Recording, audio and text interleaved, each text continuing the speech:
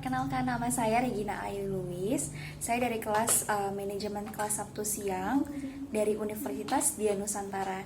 Ingin mempresentasikan sedikit tentang mata kuliah Etika dan Hukum Bisnis. Membahas tentang teori etika, yaitu pentingnya etika dalam bisnis, etika bisnis dan persaingan sumber etika bisnis, ada etika universal, etika regional atau nasional, pendekatan dasar dalam merumuskan tingkah laku etika bisnis, pendekatan etika bisnis, dan di samping itu mata kuliah ini juga memuat hukum-hukum bisnis yang berlaku di Indonesia, baik terkait perdagangan, investasi, perpajakan, perizinan, dan hukum lainnya. Etika bisnis itu merupakan keseluruhan dari aturan-aturan etika, baik etika yang tertulis maupun tidak tertulis, yang mengatur hak dan kewajiban produsen dan konsumen, serta etika yang harus diperhatikan dalam bisnis. Selanjutnya untuk di slide ketiga, berikut ini etika bisnis menurut para ahli, diantaranya menurut Bartens tahun 2000, etika bisnis itu lebih luas daripada ketentuan yang diatur oleh undang-undang.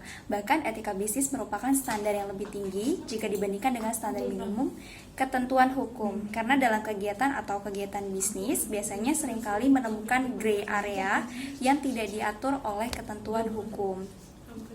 Lalu menurut Hill dan Jones, pengertian etika bisnis merupakan ajaran dalam membedakan antara benar dan salah dalam memberikan bekal kepada setiap pemimpin perusahaan ketika mempertimbangkan pengambilan keputusan strategis terkait dengan masalah moral yang kompleks. Selanjutnya di slide keempat, etika bisnis itu bertujuan untuk memberikan dorongan bagi kesadaran moral dan memberikan batasan bagi para pengusaha atau pebisnis untuk dapat menjalankan bisnis secara jujur dan adil, serta menjauhi bisnis penipuan yang merugikan banyak orang atau pihak yang memiliki keterikatan.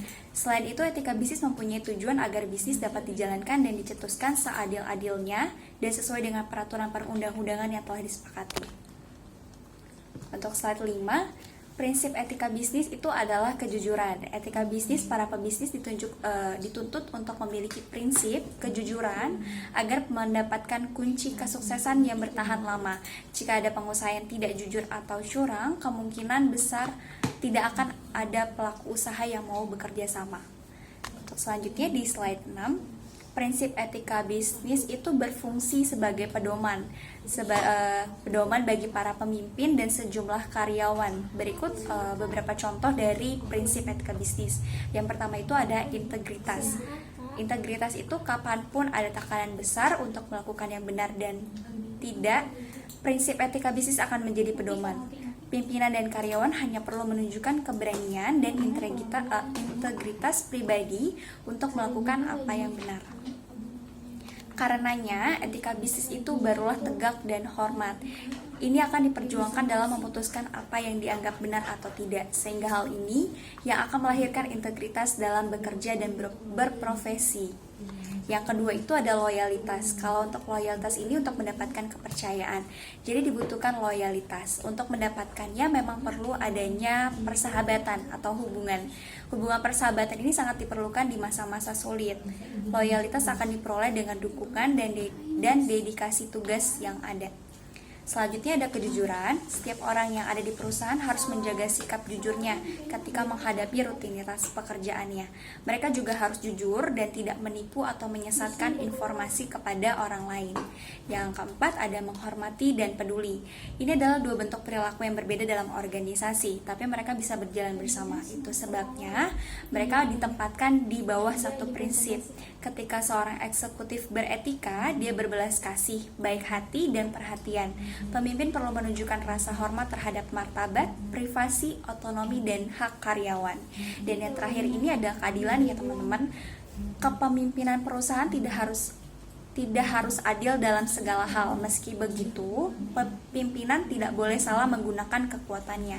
Dengan demikian, etika bisnis menghalanginya untuk mencoba dan melakukan sesuatu demi mendapatkan keuntungan apapun. Selain itu, pemimpin tidak boleh memanfaatkan setiap kesalahan orang lain, yang artinya mereka harus toleran, berpikir terbuka, mau mengakui kesalahan mereka sendiri, dan juga harus mampu mengubah keyakinan dan posisinya berdasarkan situasi. Selanjutnya untuk di slide ke-8, contoh pelanggaran etika bisnis. Yang pertama itu pelanggaran hukum, yaitu sebuah perusahaan yang melakukan PHK namun tidak memberikan pesangon sama sekali.